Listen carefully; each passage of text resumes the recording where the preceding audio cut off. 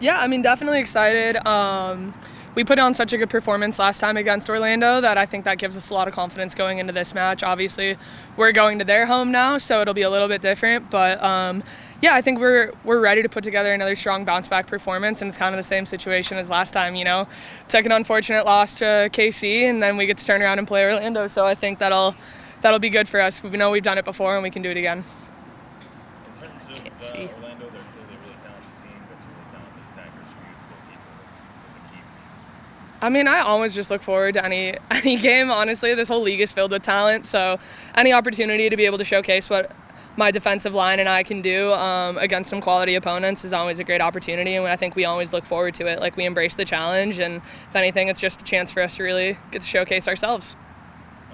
What do you take from that loss last weekend? What do you guys bring out of that? I mean, I think unfortunately we put together a really good first 45, and then at one point, I think you just kind of could see that the momentum had turned a little bit after they scored that first goal, and it kind of led to a tough second. And ultimately, though, I think that 45 is something that we can look at and say, like, hey, we put together a really strong performance. If we can just get that to become a full 90, we can hang with the best team in the league, and I think that's a lot of encouragement, truly.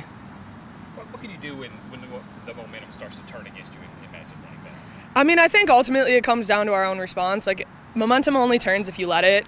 So I think if we can find ways to continue to find our own little wins that feel like our momentum turners, and kind of build on that. I think anytime obviously you can get a shot or a final third action, chance creation, something exciting especially, I think that can help. Or even in the reverse, just make a big defensive stop, somebody lay a hard tackle in, something like that. Those can be things that can just help flip it back into our favor. So you've got, almost 10 matches, give or take, under your belt now.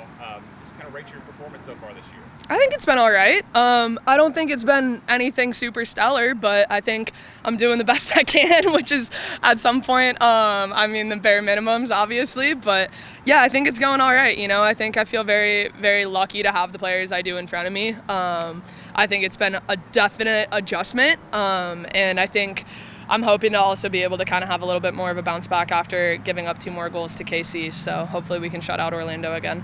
You're probably a little bit too hard on yourself.